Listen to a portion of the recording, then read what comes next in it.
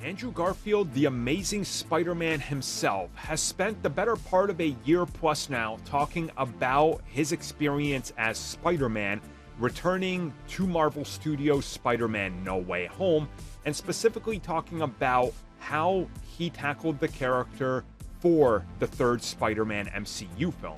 And he reveals some interesting details that finally gave him a little bit closure on his time as the Amazing Spider-Man, and of course getting his time as Spider-Man cut short with the cancellation of the franchise back in 2014. So this comes at us from Andrew Garfield himself, who had an interview with Variety, where he was talking up a lot of stuff Spider-Man related. Specifically, his time with the Amazing Spider-Man, how everything fell apart, how the time as Spider-Man got cut short and all that, which he's talked about more in the past, but again, he continues to elaborate a little bit more about his feelings.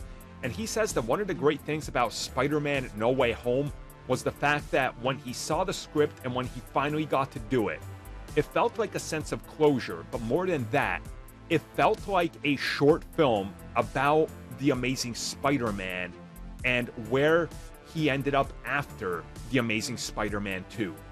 He says to him, it felt like a true short film that explored his Spider-Man, and not just the fans, but him as well, that they know that the character ended up doing all right and got some closure, and that he then gets to interact with his counterparts and sort of have a good send-off and a good moment, letting the fans know that things are okay, that things went good for him.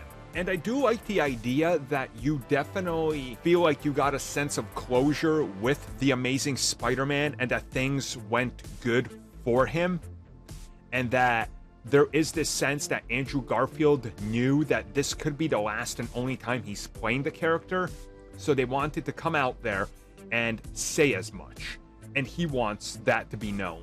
And then there is that final send-off at the end of the film, and he's had an arc, and he talks a little bit about what's happened with him. So it does feel like things do get a good enough wrap-up that it's not just cut off, and cut off at its legs, if you will, like it was with The Amazing Spider-Man. Like, that ending never got a conclusion, right? He jumps at the Rhino, he's swinging the hubcap. Was it a hubcap? Or was it one of those sewer grate? I don't remember what it was. It was something he was about to hit him in the head with. And it's like, oh, the movie's over, okay. But at least we kind of know now, right? Like, okay, things turn out good. For the most part. Whatever happened off screen happened, but if they ever get to that, we'll see what happens. If they don't, at least we got closure. And at least he says he treated it like a short film about his time there as well, ending his chapter, because that kind of is what it was, really, if you just really look at it. It was a, hey, welcome back and goodbye to the former two Spider-Men, and it's all thanks to the multiverse.